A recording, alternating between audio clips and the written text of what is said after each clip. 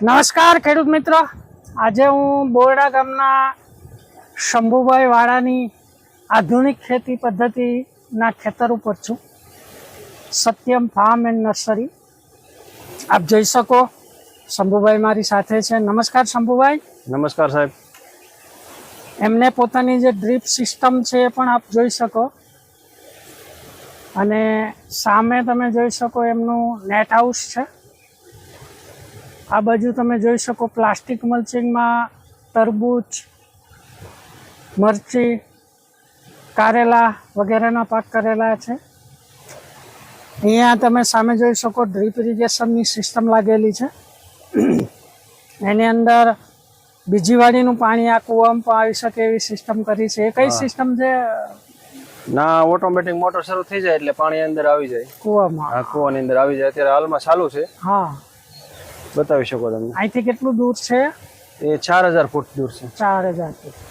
એ જે 4000 ફૂટ છે ત્યાંથી પાણી અહીંયા શા માટે લાવવું પડે? અહીંયા પાણી નથી. આ કૂવાનું પીએચ આંક બહુ વધારે છે અને મતલબમાં આ પાણી મોળું છે. બરાબર. અને ખૂટી પણ જાય છે, કલાક જ હાલે છે. અને ત્યાં તળાવનો કિનારો છે, જેથી કરીને મીઠું પાણી છે. એનો પીએચ આંક લગભગ 550 છે.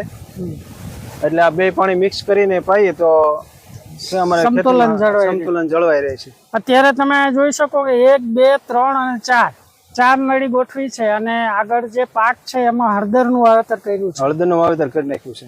બરાબર. તો એક આ હળદરના 4 પાળિયા બનાવવામાં આવ્યા છે. એના બાજુના જે પાળિયા ખાલી પડ્યા છે એમાં શું બનાવવાનું? આગળ તૈયારી કરી છે, એમાં ઝીગઝાક મલ્ચિંગ પોલ આવે એ રીતે ગોઠવી અને એમાં પણ મરચી કરવાની છે. મરચી કરવાની છે એની તૈયારી. જે આગળ એને મરચીનો પાક કરેલો છે એ પણ જોઈ લઈએ. આ છે મરચી પ્લાસ્ટિક મલ્ચિંગની અંદર.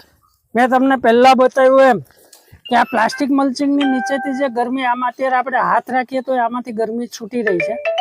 એના માટે એણે જે કંઈ ચાના કપ છે એના થડની નીચે ગોઠવા છે, એટલા માટે કે જે સીધી ગરમી પ્લાસ્ટિક મલ્ચિંગની નીકળે એ ડાયરેક્ટ થડને અસર ના કરે.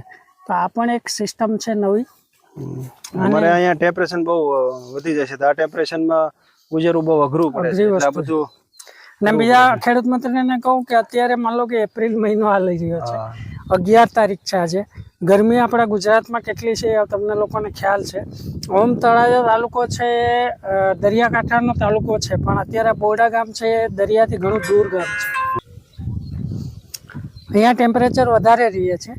તે ટેમ્પરેચરને મેન્ટેન કરવા માટેની પદ્ધતિ વિકસાવેલી છે. અત્યારે સારી મરચી છે, એકદમ તંદુરસ્ત છે. બીજા કોઈ મોટાભાગના કોઈ પ્રોબ્લેમ કે મુશ્કેલી દેખાતી નથી. થોડા આગળ આવીએ તો આપણને દેખાશે કરેલું છે. આની અંદર મલ્ચિંગ કરવામાં આવ્યું નથી. તો આ દૂધીનો પાક છે. 2, 3 પાળિયા છે. 3 છે ને? હા, 3 પાળિયા કરવામાં આવ્યા છે. એની અંદર પણ દૂધી તંદુરસ્ત છે. વચ્ચે આપણે ટેટીની પણ ટ્રાય લીધી છે. સફેદ માખીનો અટેક દેખાય છે, પણ મને એમ છે મરી ગઈ છે. એનો સ્પ્રે થઈ ગયો છે. હા, મરી ગયેલી સફેદ માખી દેખાય છે. એને આગળ આલીએ તો આપણી પાસે છે તરબૂચ, ખીરા કાકડી. ખીરા કાકડી છે. 2 પાળિયા છે. 3. એ 3 પાળિયા છે. 3 પાળિયા છે. આ થોડુંક વાવેતર છે વહેલું છે, આ થોડું મોડું છે. બરાબર. અને એની આગળ તમે જુઓ તો કારેલી છે, હે ને? અને સામે જાઓ તો નેટ હાઉસ છે. એની અંદર મરચીના રોપ ઉછેર અને કોથમીરનું વાવેતર કરેલું છે અત્યારે ટ્રાય પૂરતી. તો આ છે આપણા બોરડા ગામના આધુનિક ખેડૂત શંભુભાઈ વાળા, Satyam farm and nursery Borda. તમારે લોકોને પણ આ ફાર્મ જોવું હોય તો બોરડા ગામની અને હાઈવેની નજીક છે. તમે પણ મુલાકાત કરી શકો અને આમાંથી ઘણું બધું શીખી શકો. મરચીના રોપા માટે ઓર્ડર પણ. હા, અને માનો કે મરચીના રોપાની જો તમારે તલાશ હોય તો તમે શંભુભાઈનો સંપર્ક કરી શકો. શંભુભાઈ તમને જે કહેશો એ રોપાનો ઉછેર કરી આપશે. અને અત્યારે જે ઉછરી રહ્યા છે એ તૈયાર રોપા જોતા હોય તો સકાટાનું ગ્રીન થંડર ઉછેરી રહ્યા છે. તો હું શંભુભાઈને કહી કે એનો સંપર્ક કરવા માટે એનો મોબાઈલ નંબર આપે. મારો મોબાઈલ નંબર છે 76 22 91 83 બરાબર. તો આ નંબર ઉપર તમે સંપર્ક કરી શકો. કોઈ પણ રોપાની તમારે રિક્વાયરમેન્ટ હોય તો તૈયાર રોપા અથવા તો તમારે રોપા બનાવવા હોય તો એ તમે શંભુભાઈ સાથે ચર્ચા કરશો તો એ પ્રમાણેના રોપા એ ઉછેરી આપશે.